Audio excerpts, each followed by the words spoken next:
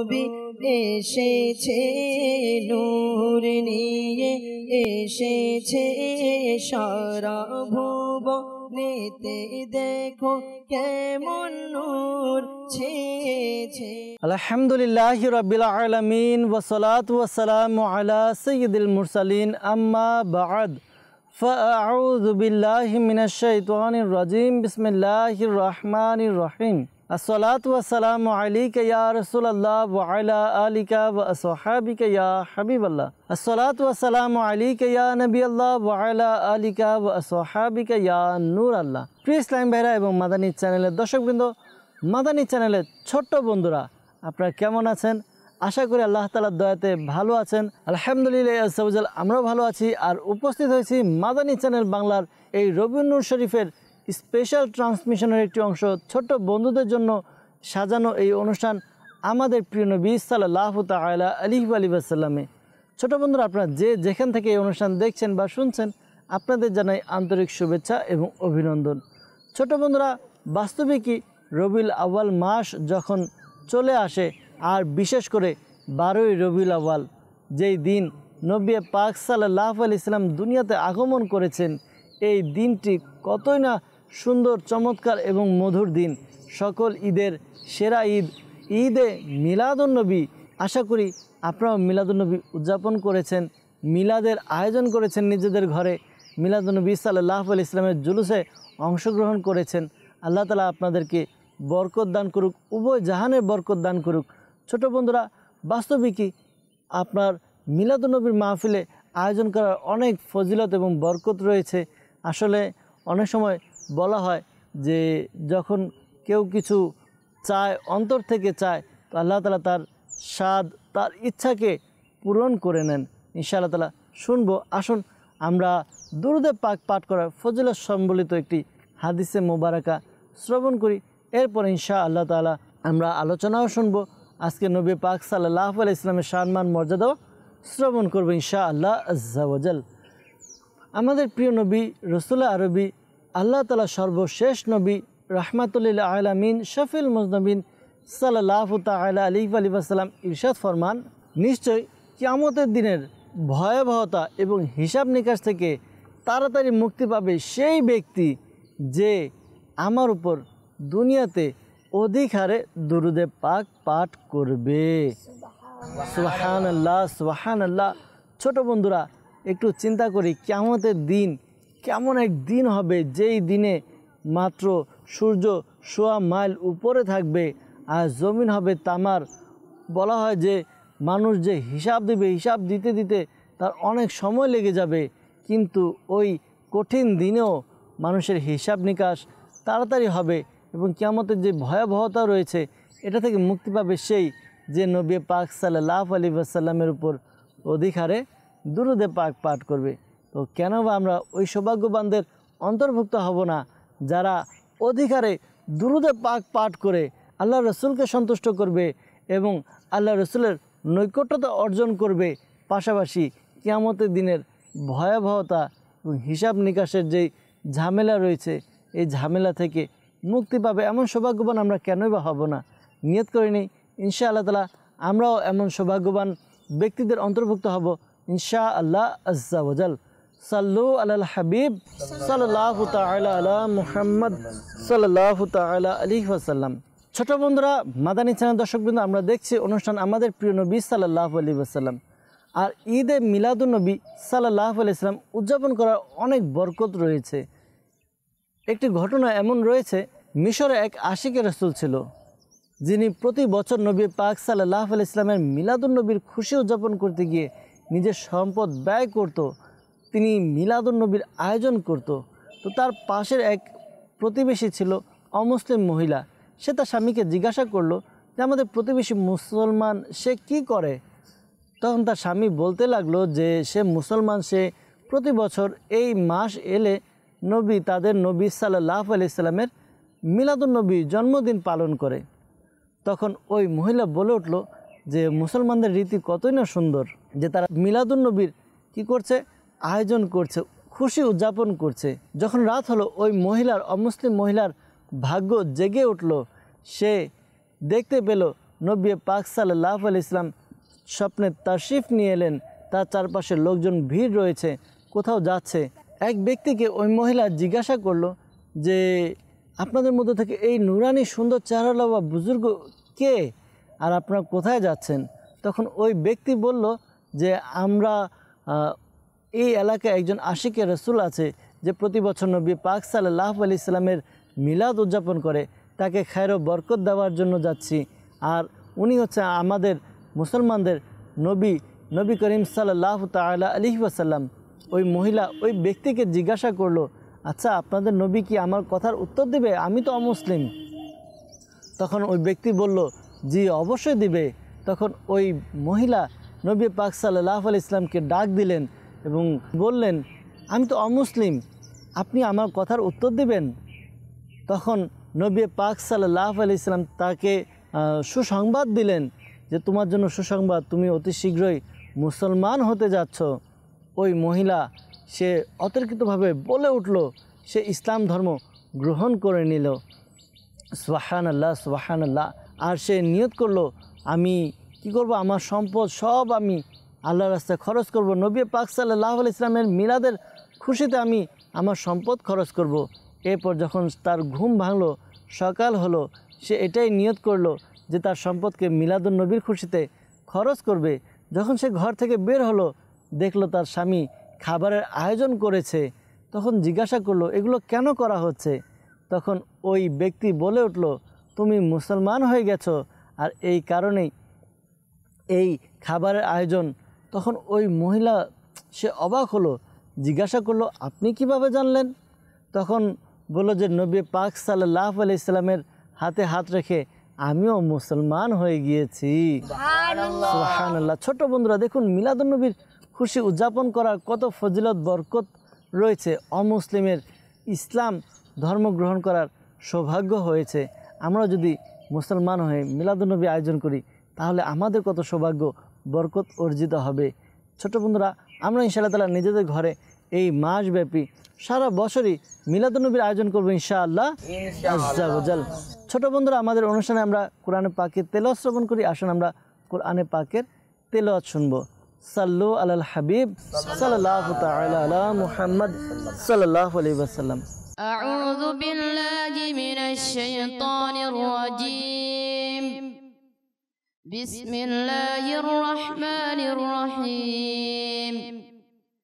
الرحمن علم القرآن خلق الإنسان علمه البيان الشمس والقمر بحسبان والنجم والشجر يسجدان والسماء رفعها ووضع الميزان صدق الله العلي العظيم। মাশাআল্লাহ। ছোট বন্ধুরা, আমরা সূরা আর-রহমানের কয়েক আয়াত আমরা শ্রবণ করলাম। আমরা ইনশাআল্লাহ তাআলা চেষ্টা করি কুরআনে পাকে তেলাওয়াত নিজের অভ্যাস বানিয়ে নেই ইনশাআল্লাহ আজ্জা ওয়াজাল। ছোট বন্ধুরা, এখন আমরা প্রিয় নবী সাল্লাল্লাহু আলাইহি ওয়াসাল্লামের নাতে রাসূল সাল্লাল্লাহু আলাইহি ওয়াসাল্লাম শ্রবণ করব। সাল্লু আলাল হাবিব সাল্লাল্লাহু তাআলা আলা মুহাম্মদ সাল্লাল্লাহু আলাইহি ওয়াসাল্লাম। সাল্লি আলা রাসূলিনা সাল্লি আলা হাবিবিনা সাল্লি আলা মুহাম্মাদিন সাল্লি আলা মুহাম্মাদিন সাল্লি আলা রাসূলিনা সাল্লি আলা হাবিবিনা সাল্লি আলা মুহাম্মাদিন সাল্লি আলা মুহাম্মাদিন। তুমি খোদার প্রিয় হাবিব, তুমি সৃষ্টির সেরা, তুমি খোদার প্রিয় হাবিব, তুমি সৃষ্টির সেরা। তোমার তরে সিজন আসমান জমিন গ্রহ তারা, তুমি খোদার প্রিয় হাবিব, তুমি সৃষ্টির সেরা। তুমি খোদার প্রিয় হাবিব তুমি সৃষ্টির সেরা তোমার তরে সৃজন আসমান জমিন গ্রহ তারা তোমার হাতের ইশারাতে চাঁদ হয়ে দ্বিখণ্ডিত তোমার হাতের ইশারাতে চাঁদ হয়ে দ্বিখণ্ডিত তোমার শানে বিক্ষত রুলতা অবনত তোমার শানে বিক্ষত রুলতা অবনত তোমার আঙ্গুল হতে বহে পানির ফোয়ারা তোমার হাতের আঙ্গুল হতে পানির ফোয়ারা তোমার তরে সৃজন আসমান জমিন গ্রহ তারা তুমি খোদার প্রিয় হাবিব তুমি সৃষ্টির সেরা তুমি খোদার প্রিয় হাবিব তুমি সৃষ্টির সেরা তোমার তরে সৃজন আসমান জমিন গ্রহ তারা তোমার তরে সৃজন আসমান জমিন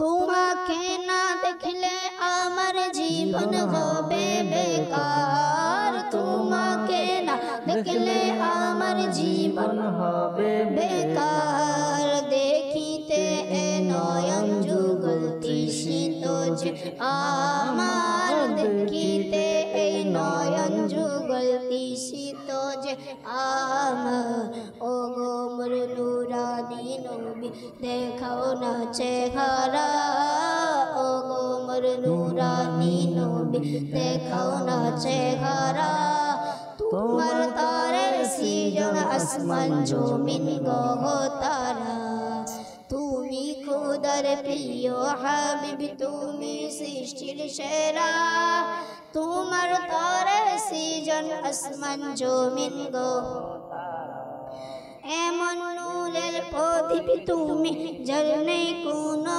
ধোয়া এমন নূরের প্রদীপ তুমি যার নেই কোনো ধোয়া কাঁটাবিহীন ফুল তুমি জগৎ জুড়ে ছোঁয়া কাঁটাবিহীন ফুল তুমি জগৎ জুড়ে ছোঁয়া ছায়াবিহীন কায়া তুমি সব নবীদের সেরা বিহীন কায়া তুমি সব নবীদের সেরা তোমার তরে সৃজন আসমান জমিন গ্রহ তারা তুমি খোদার প্রিয় হাবিব তুমি সৃষ্টির সেরা তুমি খোদার প্রিয় হাবিব তুমি সৃষ্টির সেরা তোমার তরে সৃজন আসমান জমিন গ্রহ তারা তুমি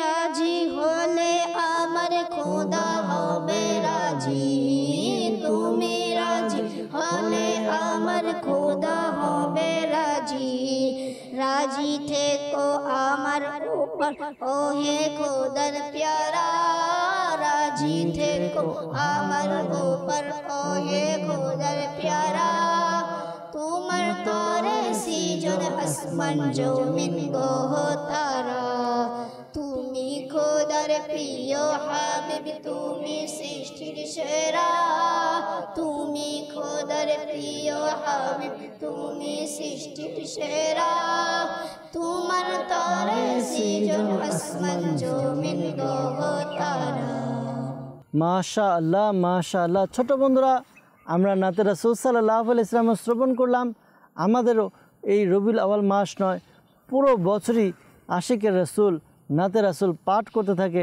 আমরাও ইনশাআল্লাহ তাআলা নাতে রাসূল সাল্লাল্লাহু আলাইহি ওয়াসাল্লাম পাঠ করব শ্রবণ করব ইনশাআল্লাহ আজ্জা ওয়া জাল ছোট বন্ধুরা আমরা ইনশাআল্লাহ তাআলা আমাদের সেগমেন্টের দিকে যাব আমরা কয়েকটি সেগমেন্ট নিয়ে থাকি এর মধ্যে সর্বপ্রথম যে সেগমেন্ট নেব কুরআনে পাকের আয়াত থেকে নবী পাক সাল্লাল্লাহু আলাইহি ওয়াসাল্লামের শানমান মর্যাদা সম্পর্কে শ্রবণ করব সাল্লু আলাল হাবিব সাল্লাল্লাহু তাআলা আলা মুহাম্মদ সাল্লাল্লাহু আলাইহি ওয়াসাল্লাম তো বন্ধুরা নবী পাক সাল্লাল্লাহু তাআলা আলাইহি ওয়াসাল্লাম এর সম্পর্কে কোরআন কি বলে আমরা শুনবো সুবহানাল্লাহ।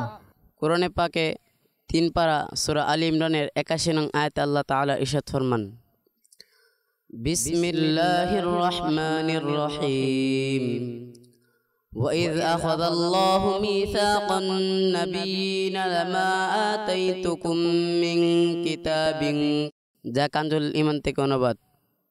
এবং স্মরণ করুন যখন আল্লাহ নবীগণের নিকট থেকে তাদের অঙ্গীকার নিয়েছিল এবং আমি তোমাদেরকে যে কিতাব ও হিকমত প্রদান করব, অতঃপর তাশরিফ আনবেন তোমাদের নিকট রাসূল। সুবহানাল্লাহ, সুবহানাল্লাহ। ছোট বন্ধুরা, আমরা যে মিলাদুন নবী সাল্লাল্লাহু আলাইহি ওয়াসাল্লাম উদযাপন করি, এর দলিল আমরা শুনতে পারলাম। কুরআনে পাক আমাদেরকে এটাই শিক্ষা দিচ্ছে যে মিলাদুন নবী সাল্লাল্লাহু আলাইহি ওয়াসাল্লাম কুরআনে পাক থেকে সাবিত এবং প্রমাণিত। জি হ্যাঁ, নবী পাক সাল্লাল্লাহু আলাইহি ওয়াসাল্লাম যে দুনিয়াতে আগমন করবেন, এর সংবাদ আল্লাহ তাআলা অন্যান্য আম্বিয়া কিরামকে দিয়েছেন।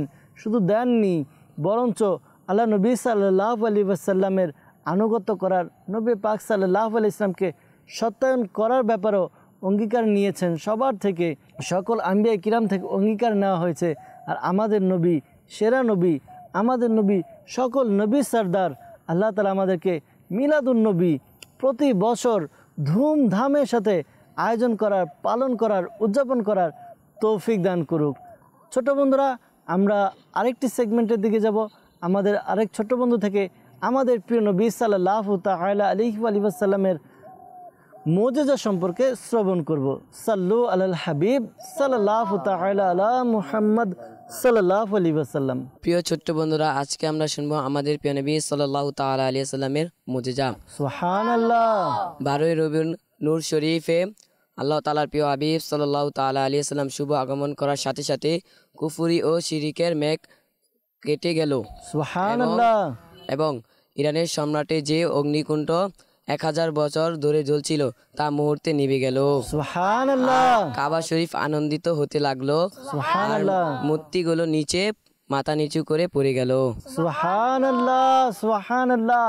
ছোট বন্ধুরা, আমরা একদিকে তো শুনলাম প্রিয় নবী সাল্লাল্লাহু আলাইহি ওয়াসাল্লামের মিলাদ, অপরদিকে নবী পাক সাল্লাল্লাহু আলাইহি ওয়াসাল্লাম যেই দিন আগমন করেছেন, দুনিয়াতে তাশরিফ নিয়ে এসেছেন, সেই দিন কি কি মুজিজা হয়েছিল, কি আশ্চর্যজনিত ঘটনা ঘটেছিল, এই সম্পর্কে আমরা শ্রবণ করলাম।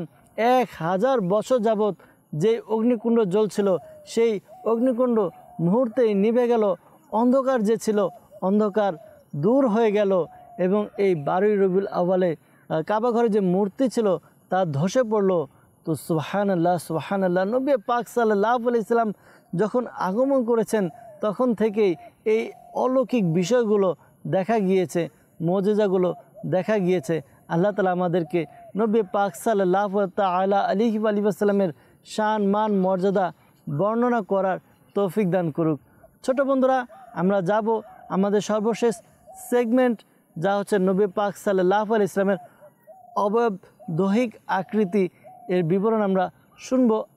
আমাদের ছোট্ট বন্ধু আমাদেরকে আজকে নবী পাক সাল্লাল্লাহু আলাইহি ওয়াসাল্লামের কোন দৈহিক আকৃতি, বিবরণ, অবয়ব মুবারক শ্রবণ করেন। আসুন আমরা শ্রবণ করি। সাল্লু আলাল হাবিব সাল্লাল্লাহু তাআলা আলা মুহাম্মদ সাল্লাল্লাহু আলাইহি ওয়াসাল্লাম। হুজুর আনোয়ার সাল্লাল্লাহু তাআলা আলাইহি সাল্লামের পা মুবারক চওড়া ও মাংসল, গোড়ালি, কম গোস্ত বিশিষ্ট, পায়ের তালু জমিনের সাথে স্পর্শ হতো না, আর পিণ্ডলি পাতলা ও পরিষ্কার ছিল। সুবহানাল্লাহ।